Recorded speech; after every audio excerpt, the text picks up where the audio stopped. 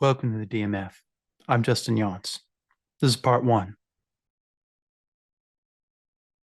Welcome to the DMF. I have an artist, a choreographer, and a soon to be published author. Her work can be seen in theaters and schools all around the world. Please welcome to the DMF, Alexandra Beller.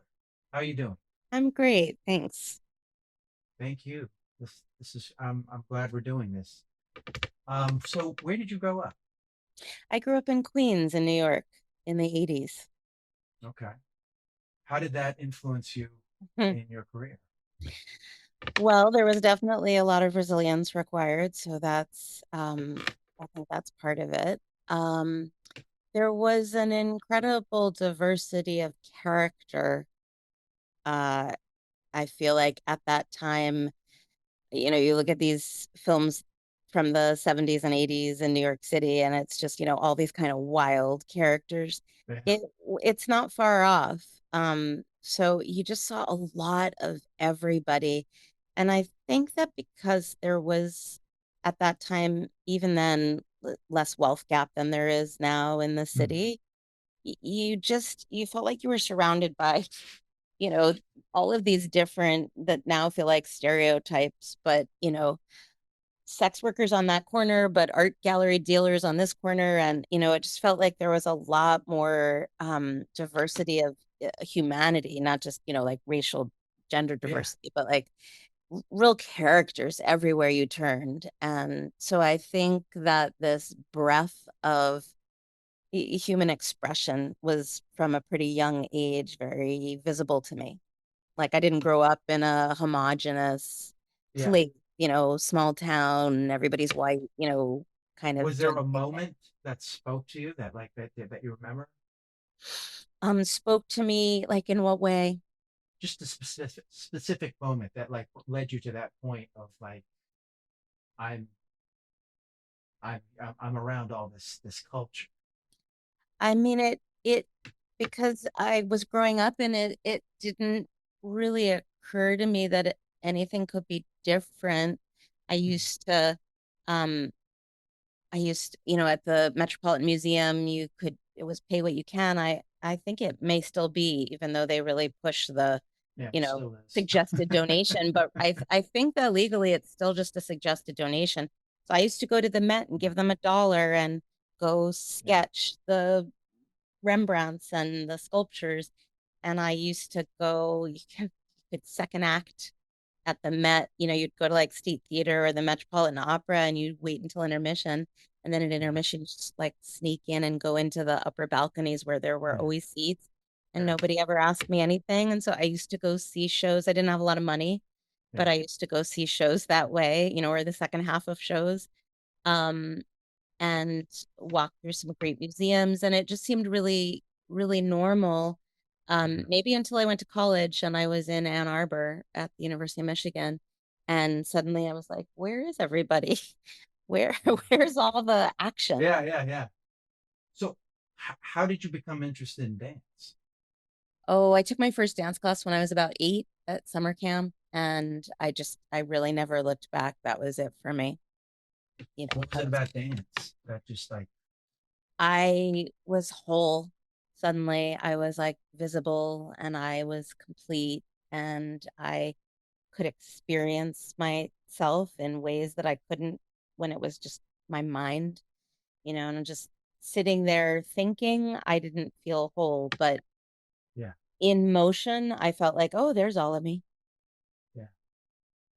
Was there a particular dance that just, Really, I I realized eventually it wasn't even dance, it was just embodiment, so I Mhm. went from sort of genre to genre in dance. I started in like a Graham class, which is a really classical modern technique. Yeah, I went to the Joffrey, which is a ballet school. I was a jazz dancer. I totally just wanted to dance for Janet Jackson.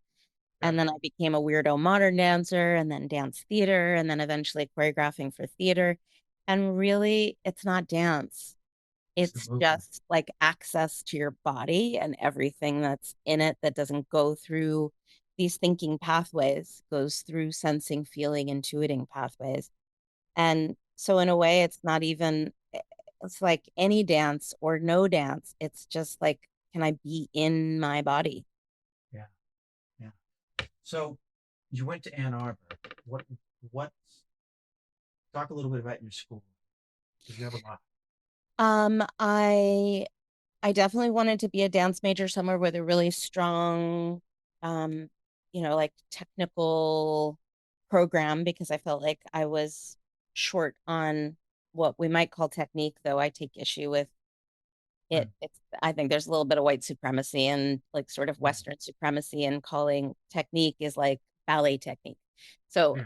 not that, but I wanted to get stronger and more range and more reliable in my body so that I could meet these very specific things that at the time I thought I wanted to do, like, dance for Janet Jackson. Yeah. So I wanted to go to a school that had really strong kind of conservatory level technique, but I knew I wasn't going to get into a conservatory because I didn't have a traditional body for a dancer. Mhm. But I also wanted to go to a school that had a really strong literary component and academic prowess. So that seemed like, and I wanted to get away from home. So that Yeah. seemed like a great school, and I double majored in dance and English. Um, and no, I was just finding my voice and finding um my real directionality. High school is so like they don't Mhm. really give you most high schools don't really give you a lot Yeah. of foundation or stamina to meet yourself. They're kind of telling you what to think and where to look. And Yeah. college is like one of the first places for me that it was like, well, yeah, what are you interested in? And I felt like Mhm. nobody had really asked me that before. Interesting. Was there a book that spoke to you? Were you a reader? I was a big reader, and plenty of books spoke to me, but I think that actually one of the most interesting literature classes I took in college was actually about the Bible. Mm. And it was called The Bible as Literature, and it was like completely non-religious class. And Yeah. I grew up, atheist, Mm. um, Jewish culturally, but atheist in terms Yeah. of religion. And they just really took the story, they took the Bible as a novel, Yeah. as a work of fiction, which I believe it Yeah. is. Yeah. And eh, something about just recontextualizing something that was so established by so many people and, such attachment from so many people, and just like opening it up, taking a step back, zooming out and saying, right, but let's look at it this way. Just that the architecture of that, Yeah. not even what we did in the class, but just the like, oh, you can do that. You can step back from something and see it from a completely new angle and analyze it. And you have agency to look at anything in the world from any angle you want. You do Yeah. not have to get corralled into the directionality that, social constructs or, capitalism or the patriarch or whatever tell you Mhm. to look at something. You can look at it in your own way. And I think there's a lot of power in that, in Yeah, being that able felt to see, look at things at a different angle. Because I think society, in some ways, protects against that. They don't want you to really see that. Okay, that this might be the end of the world. We talked in a previous podcast about how stakes changed for you, and how like when you had a child, and that like this wasn't the end of the world. The stakes changed because now when you're sitting up with like a crying child, and you're like, do I need to bring him to the ER?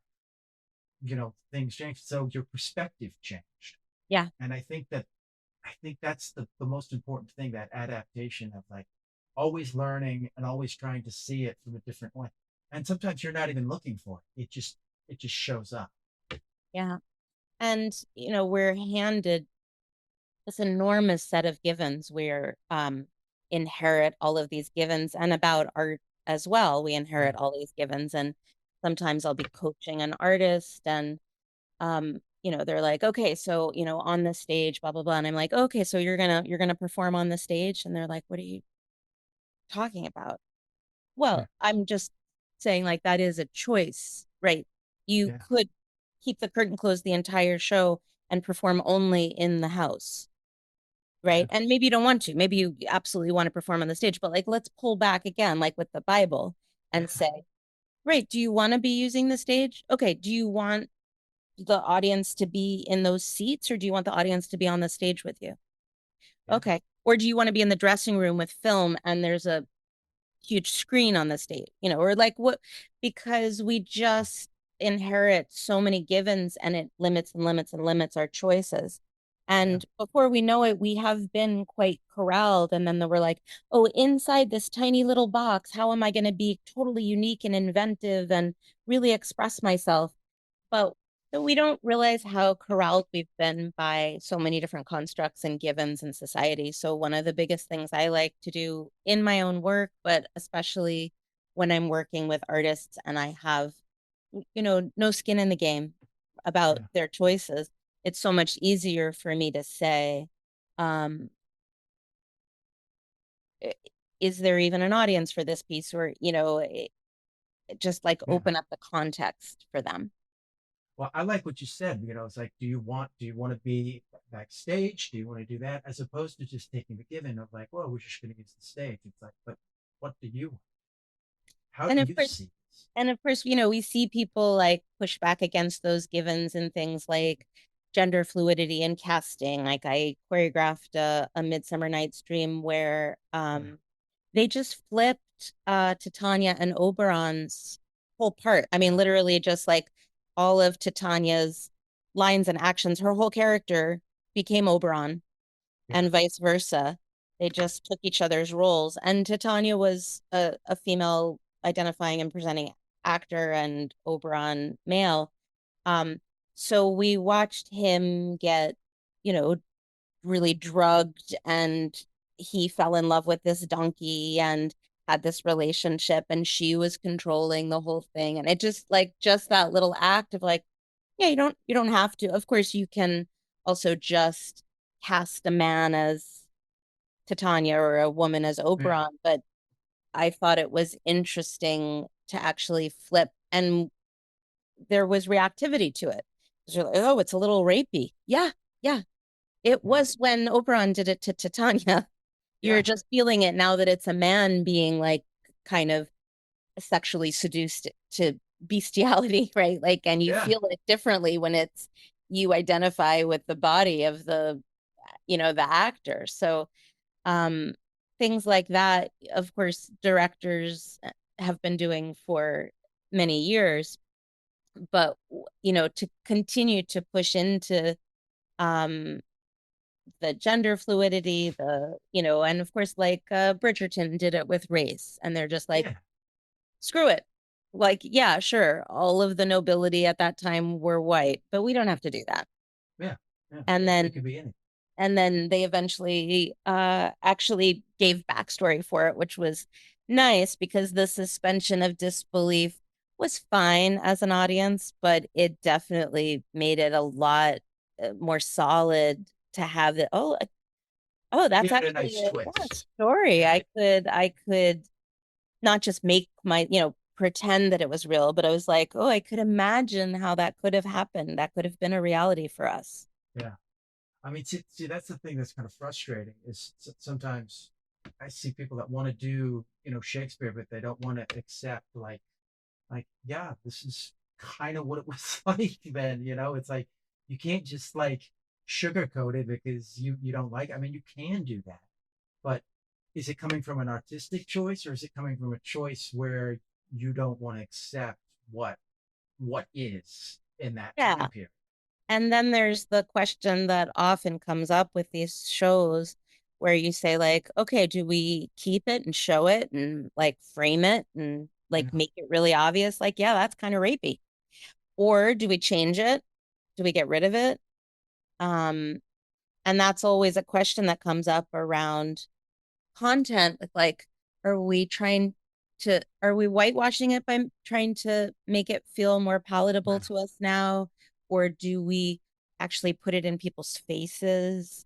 I mean, we have to address it. Yeah. Not just that, but tons of things in, older stories. And, you come up with lyrics and musicals that were like, oh, we can't say that anymore.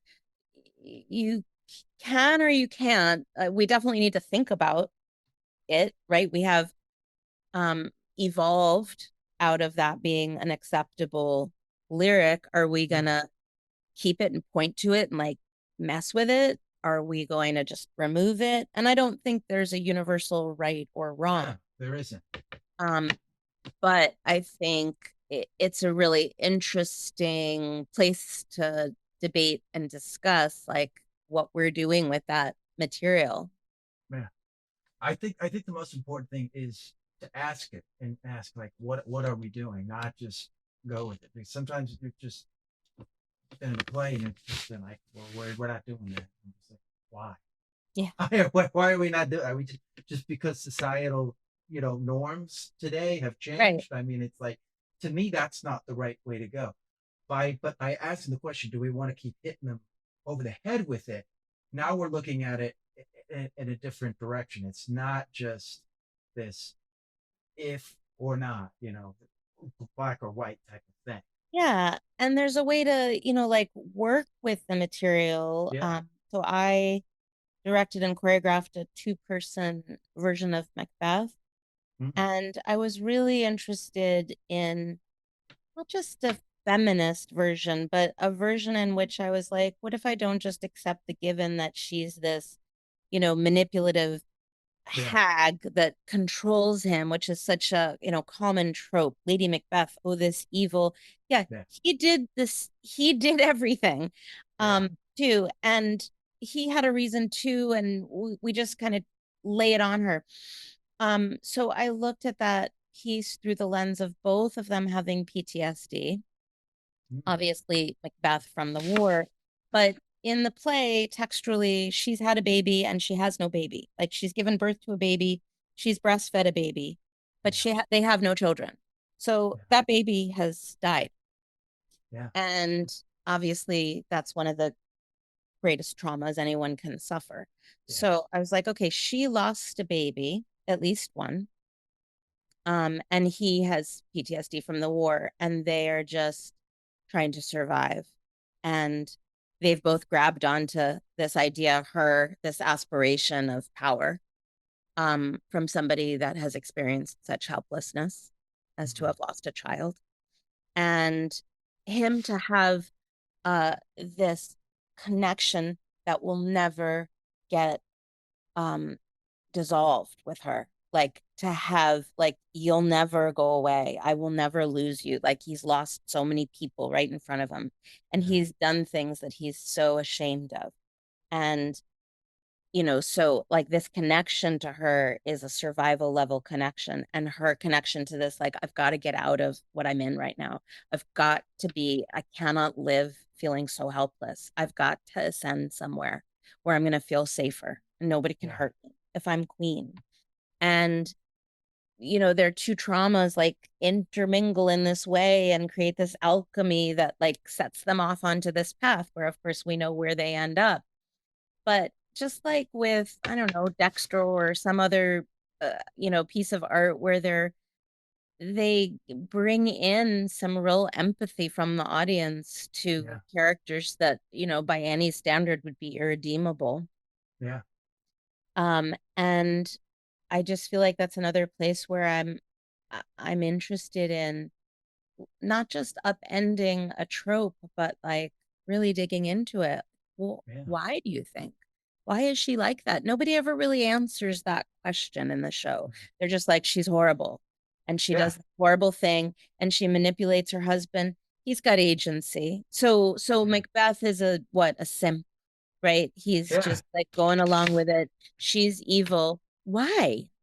Yeah. How are we not answering this question? How is this not the central question of like, why? Why? Yeah. And that's the frustrating thing I think we see with a lot of Shakespearean plays is there's like this type, archetype that kind of falls on it. And it's like, this is the way it's going to be done. And it's hard to get away from that. I like that you asked that question. It's like, well, why is she like that? Why is he like that? As opposed to just like, well, just this, we'll just go with it. He's just crazy, and Right. this labeling of everything in society. So I like that twist on that because now you're looking at the characters from a different point of view and seeing And like you said, maybe we can gather some empathy. Now, when you're doing something like that, do you find that the text works against you? No, I'm not trying to invent something Hmm. that's not in the play.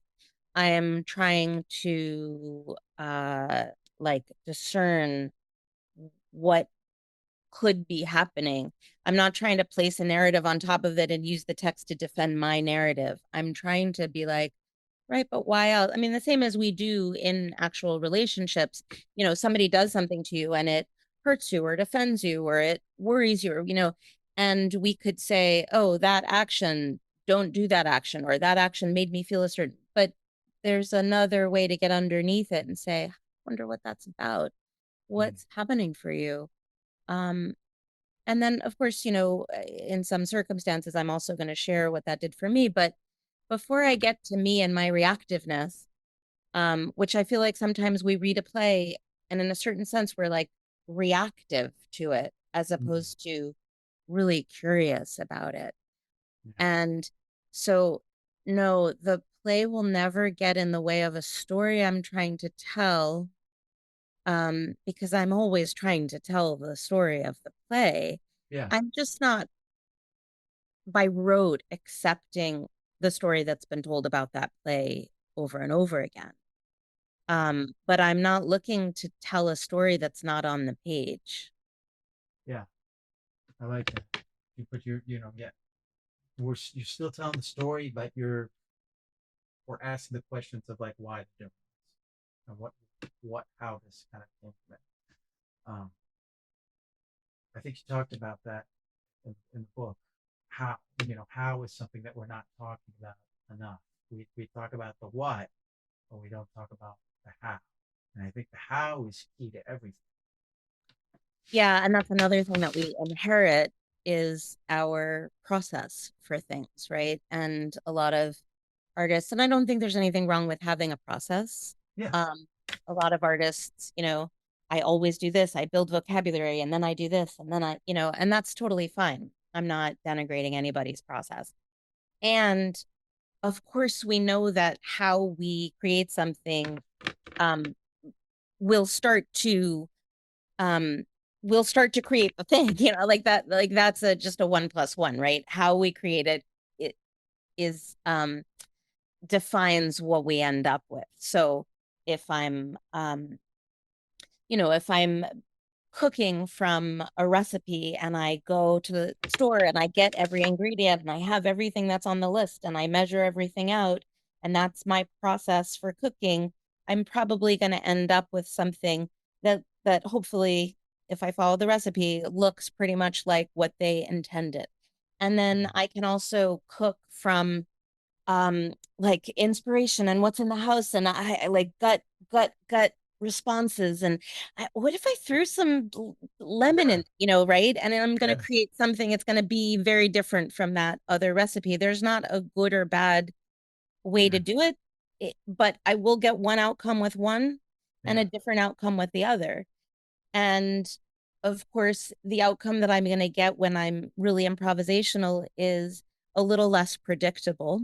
Yeah. We don't know what it's gonna be. We don't know what And it's then gonna taste like. also, right. And then also, like, I don't know what it's going to be in a potentially like genius way. Like, oh my God, why isn't this a thing? Why Yeah. has nobody made this recipe? This is amazing. Or, yeah, I shouldn't have put the lemon in there. That was not a good idea. The Um, water and milk right. that did not mix. Yeah. But for me, that improvisational process suits my personality and my skills better Yeah. than the follow the by the letter. And for other people, you know, bakers, etc., like, you Yeah. know, following every letter is their skill. And Yeah. the consistency with which they can create something is part of their genius, right? Yeah. That's not It's like, necessarily been part of my genius. yeah, it's not well, you know, if you went to the restaurant, you know, they just decided, well, we're just gonna do it differently this Yeah. time. It's steak, and it's like, no, sir, that No. is a chicken. Yeah. Exactly. You know. So how did Laban, am I saying it correct? Yeah, Laban. And I think I'm gonna butcher this name, Bartinia. Batinia.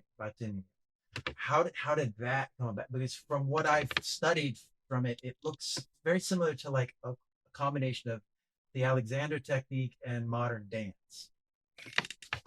Okay, so Laban was an Mm. Austro-Hungarian choreographer and musician and philosopher, and he wanted to create a system of notation for dance similar to music notation. So, a composer can write a symphony and go get hit by a horse and carriage, and then for the next 400 years, they can still produce that Yeah, symphony pretty much exactly the way that that composer wrote it. yeah, But if you choreograph a dance back then, before the advent of video, you just fingers crossed the dancers really got it, really got your point, yeah, remembered it, teach it to another group of people really accurately. That group remembers it, passes it down. Like oral history, it evolves, dance yeah. evolves. And while there's nothing inherently wrong with that, there was this lack of ability to be more canonical with dance. So, in creating this notation system, he had to analyze every aspect of human movement, and he was really analyzing it towards meaning. So in some ways, it's got this very neutral vocabulary. This body part does this to this direction with this dynamic quality. And then on the other hand, we're starting to build towards meaning. So he was creating this system where he's analyzing what body parts are doing what action, how those body parts are moving quickly, Mm. hesitantly, with a lot of control, with a lot of abandon, etc. Um, where they're going in space, on a dimension, on a plane, on a diagonal, with a curved pathway, with a straight pathway, etc. And then later, why we imagine they're doing it. The body's moving just for itself. It's moving to end up at a particular point, or it's moving in a journey through space. Bartenieff was somebody that studied with him extensively. Then she Mm. came to the States from Germany during World War II, and she pretty amazingly really renovated the field of physical therapy pretty amazingly, because it was the late 40s and 50s as a Yeah, female, that she became the head of the physical therapy department, I think, at Bellevue. And she was responsible in large part for helping renovate practices that were healing kids who had suffered from polio. So her practices went back to developmental movement and how do we really as a species evolve towards locomotion. And she was doing this to try to help these kids who were pretty immobile. Um, and then that, coupled with her deep knowledge through PT of anatomy and kinesiology, she brought that to dancers who were at the time very like rigidly contained into form, like Graham technique, yeah, Cunningham, Horton, Dunham, ballet. We had like dance practices were very rigidly formed. This is the way yeah, you move. And she was like, no, no, no, you just have a body. Your body, I think of it like the user manual for the human body. How does this joint move? How does rotation happen? And that, coupled with a lot of Laban's ideas around the meaning of movement, created this whole system where we can learn how we work in this fairly neutral way. We can take that information to learn more about ourselves, like, oh, I really don't like I don't like the space behind me. It scares me. mm, Okay, that's interesting. Therapeutically, that's interesting, right? yeah, And then in terms of like art and character development, we can use all of that to start to create a character that's very fleshed out and formed. And we talk about characters being flat or two-dimensional, and we want them to yeah, be more fleshed out. So some of the ways to do that is like, well, does this character move more in lines or curves? Do they change levels easily? How comfortable do they feel in proximity with other people? Like, do they start to get, do they like to stay further away from people, or do they come what we might call too close from yeah, social conventions? do they work more on angles or more on a grid? Or are they more circuitous? What kind of qualities are they? Do they use acceleration and deceleration, or do they not really work with time very much and use even time? Are they more controlled and reserved, or are they more free and abandoned? Are they more direct and laser-like, or are they more diffuse and aware of everything? Are they more forceful, or do they use a very light imprint on the universe? So these are qualities, effort qualities. And so we have these different, I think of them like frames or filters through which you can look at yourself, other people, character, and then you can make more choices around it once you've got this information. This reminds me a lot of Michael Chekhov. I don't know if you're familiar with Michael Chekhov. I took this I studied for like 2 years with them. This technique called pair-to-comp emotional method, which originated in Germany. It's becoming more popular in Australia, but a lot of it was about that, coming to neutral and starting from there. Where's the body go? Where's the energy go? That's something that I find. How do you teach people to interpret energy? Like, Well, one thing I'd say about it is that, like, I don't really believe there is a neutral. hmm, Like, we're not neutral. yeah, We're human beings with a lot of feelings, associations, biases, traumas, etc., all in our body. So, the first thing for me is actually recognizing that we're not neutral and understanding what we're walking into a scene or a rehearsal or a play with. You yeah, know, I um there are these associations with space, and my body may not associate the same ways, or I may like not use certain qualities, right? Like we see actors who associate um, certain emotions with certain qualities. Like I'll say, mm, if I say to a room of actors, okay, say the sentence, say it angry. Many, especially like younger actors, if I they're gonna say, yell it. say it angry, they're going to yell it, right? They're going to use strong weight, quick time, direct Right. space attention, right? Maybe free flow. And that's going to be their anger. But of course, we know, and if we watch, a Meryl Streep or a Viola Davis or somebody do anger, right? They Yeah, might do it. Like, think about how angry Meryl Streep was, her character was in The Manchurian Candidate, yeah, right? yeah, So angry, but everything super controlled, lots of it very light, direct, but controlled, light, uh, and very little force, right? And and you can also have somebody who's super angry and using kind of free flow and lightweight. Aren't you precious? Isn't yeah, that just the sweetest thing? yeah. And they're just like seething, dripping So with anger. So I think the first thing is for us Mean to under Girls. That's yeah, absolutely. the Rachel McAdams character. Absolutely. She's, you know, looking at it now, I'm like, she's really depressed character, and Yeah. she's using anger, but like you said, she's using that quick, light anger Yeah. to hide it. And when the mask drops for her, you Yeah, suddenly do see this violence come out, right? yeah, Um, yeah, so I think one of the first things is actually to become aware of our own energy. And yeah, for me, it is actually acknowledging that I'll never be neutral, yeah, but knowing where my energy is and where my biases and my signature and the things that I avoid are, in case I want to be able to pick them up or put them down. yeah, The things that always go together for me so that I can pull them apart.